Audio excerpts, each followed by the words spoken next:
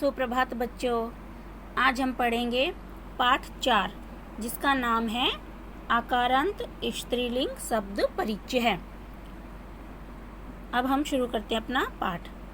स्त्री जाति का ज्ञान कराने वाले शब्द स्त्रीलिंग कहलाते हैं।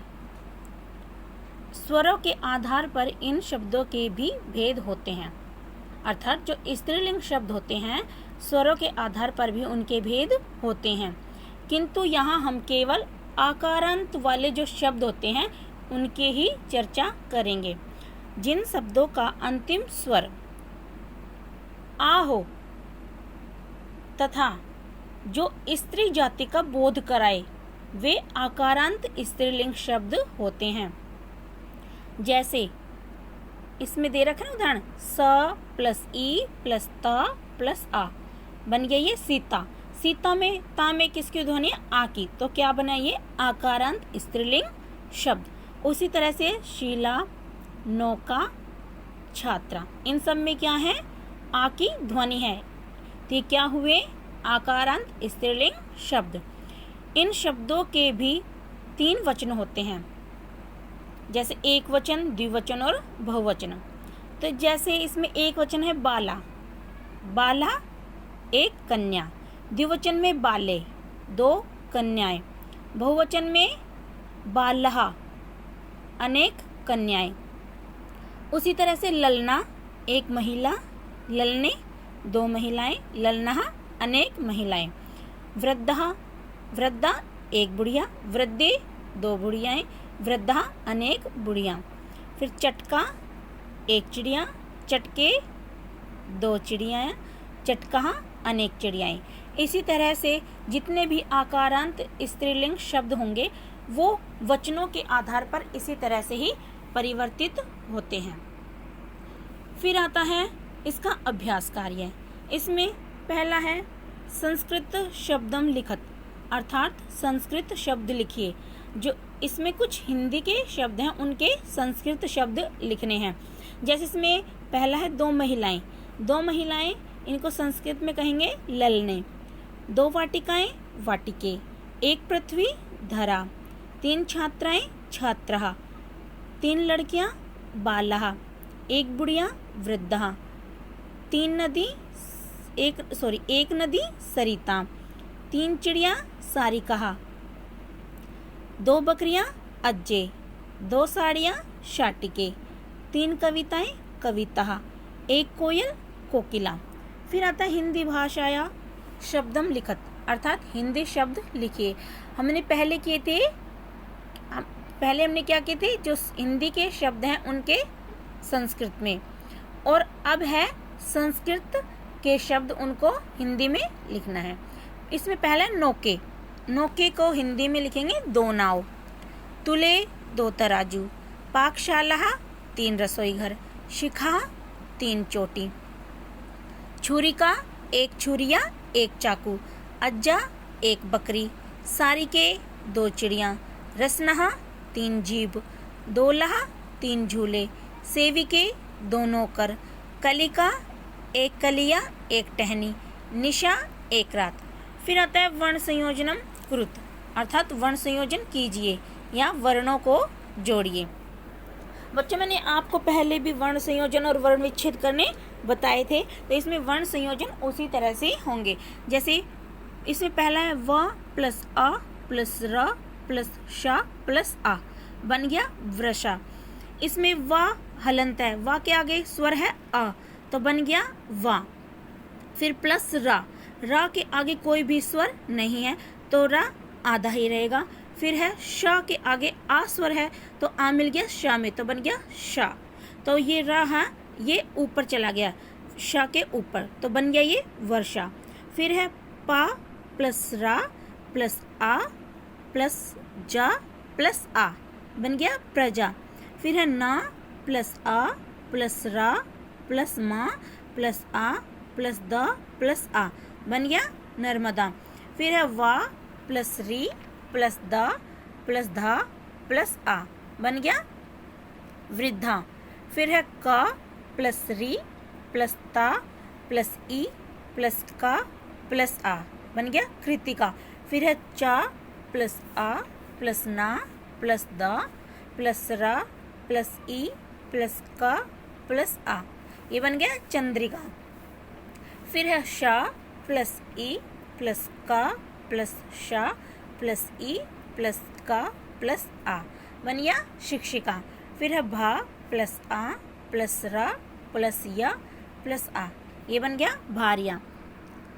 फिर आता है पुल्लिंग शब्दानाम स्त्रीलिंग रूपाणी लिखित, अर्थात पुल्लिंग शब्दों के स्त्रीलिंग रूप लिखे, अर्थात जो पुल्लिंग शब्द है उसको स्त्रीलिंग में बदलने हैं।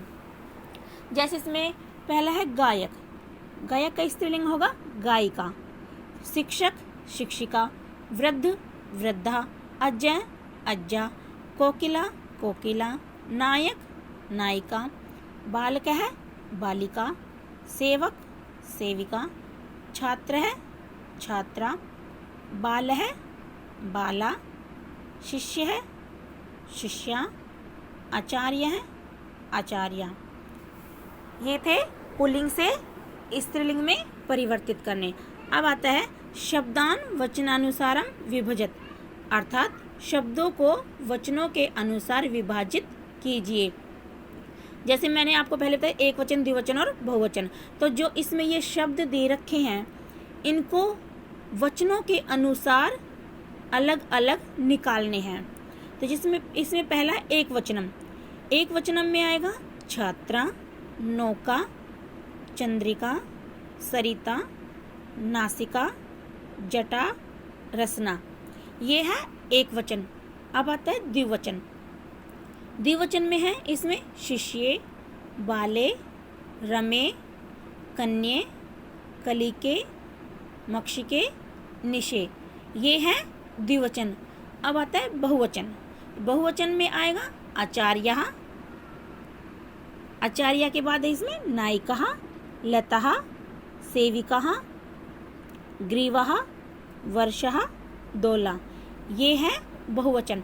अब आता है वचनानुसारम रिक्त स्थानानि पूर्यत, अर्थात वचनों के अनुसार रिक्त स्थान भरिए।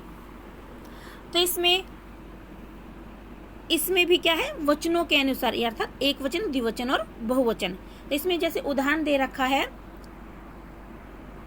शोभा, शोभे, शोभा, अर्थात एक वचन में शोभा, द्विवचन में शोभे और बहुवचन में शोभा। तो इसमें विद्या डैश डैश, तो विद्या है एक वचन, इसका द्विवचन होगा शोभे के ही अकॉर्डिंग होगा, अर्थात शोभे के अनुसार होगा तो विद्ये, और फिर बहुवचन में विद्या, अर्थात विद्या विद्ये विद्या। फिर है कविता डैश ना, तो इसमें एक वचन आएगा कविता, फिर है द्विवचन में कविते और बहुवचन में कविता। फिर है डैश, डैश क्या है एक वचन, एक वचन में सीता, द्विवचन में सीते और बहुवचन में सीता। उसी तरह से रमा, रमा है एक वचन और द्विवचन होगा रमे, बहुवचन रमा।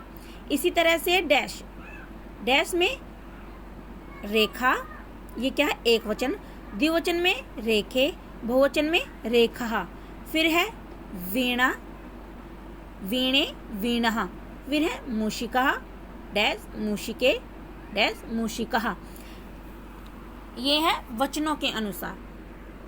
फिर आता है अध्यापक, अध्यापिके अध्यापिका। फिर है डैश चटका, चटका क्या है एक वचन, फिर चटके है द्विवचन और चटका है बहुवचन। उसी तरह से जटा, जटा है एक वचन, फिर द्विवचन जटे और बहुवचन जटहा। फिर है सारिका डैश, डैश क्या इसमें सारिका, सारिका एक वचन, फिर सारिके द्विवचन, सारिका बहुवचन। फिर इसमें डैश, डैश क्या महिला, महिला एक वचन, महिले द्विवचन, महिला बहुवचन। फिर दुर्वा एक वचन, दुर्वे द्विवचन, दुर्वहा बहुवचन। फिर इसमें वसुधा एक वचन, वसुधे द्विवचन, वसुधा बहुवचन। उसी तरह से गंगा एक वचन, गंगे द्विवचन, गंगा बहुवचन। अब है चित्रम दृष्ट्वा समुचित रूपम लिखत, अर्थात चित्रों को देखकर उचित रूप लिखिए। इनको भी वचनों के अनुसार ही लिखने हैं। तो इसमें चित्र किसका है? नदी का। नदी कितनी है? एक। तो एक नदी है, एक वचन आएगा इसमें सरिता। फिर नेक्स्ट है अज्जे। अज्जे अज्जे क्या है? यहाँ पर दो बकरियां, तो क्या हुआ ये? द्विवचन, तो इसमें आएगा अज्जे। फिर है छात्रः, इसमें दो से ज्यादा है, तो क्या हुआ ये? बहुवचन, तो इसमें बहुवचन आएगा छात्रः। फिर है इसमें नौके। नाव है, कितनी है? दो, तो इसमें क्या हुआ? वचन के आधार पर द्विवचन, तो इसमें क्या आएगा? नौके। फिर है तराजू। तराजू कितना है? एक, तो एक तराजू है, तो क्या आएगा इसमें? एक वचन, तुला। फिर है मक्खियाँ, कितनी है? दो से ज्यादा, तो ये हुआ बहुवचन, तो बहुवचन में मक्खी का आएगा मक्षिकः। तो बच्चों ये तो था हमारा पाठ 4 का अभ्यास कार्य। धन्यवाद।